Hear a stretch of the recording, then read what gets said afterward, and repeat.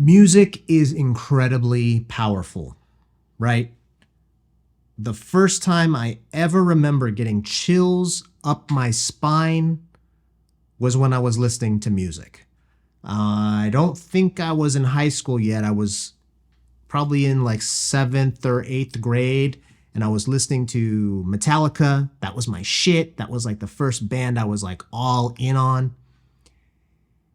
Can't remember the song, can't remember the album, but just either the way Het was like hitting that phrase or the way that the guitars came in, just lightning up my spine.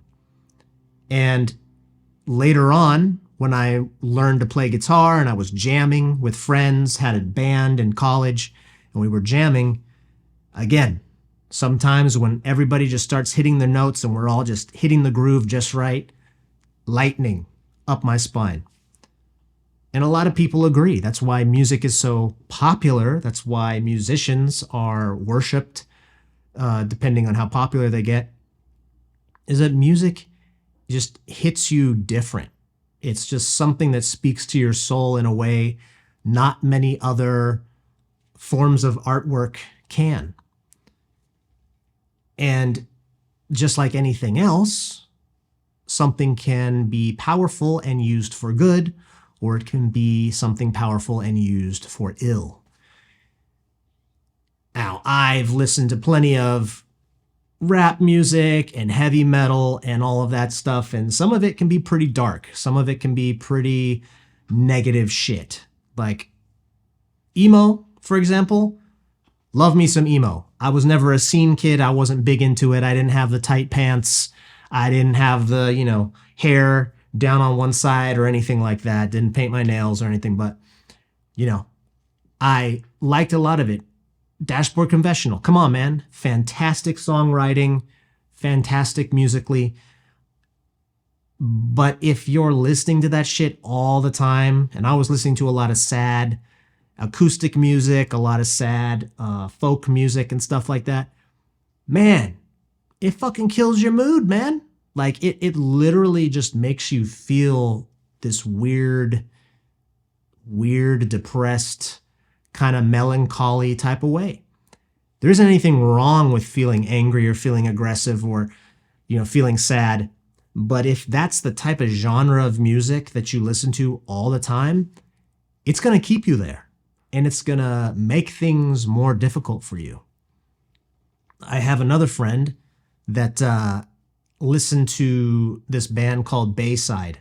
I never listened to Bayside, but when he was in high school, that was his shit, right?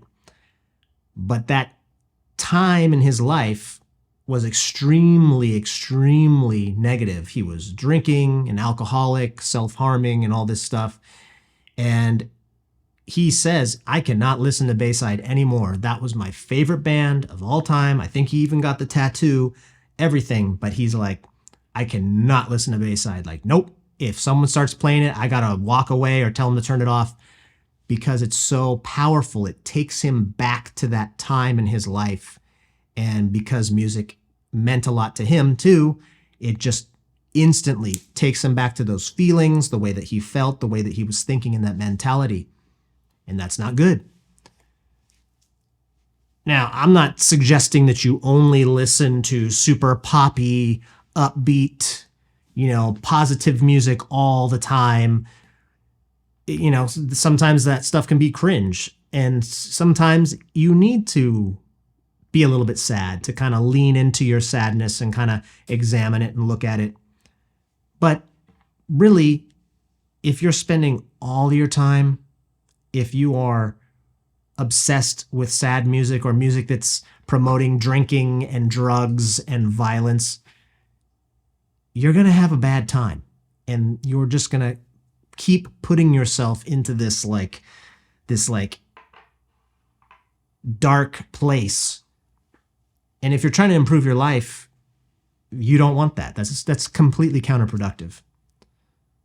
So remember, music is powerful. Music is fantastic. Music makes life, for a lot of people, worth living.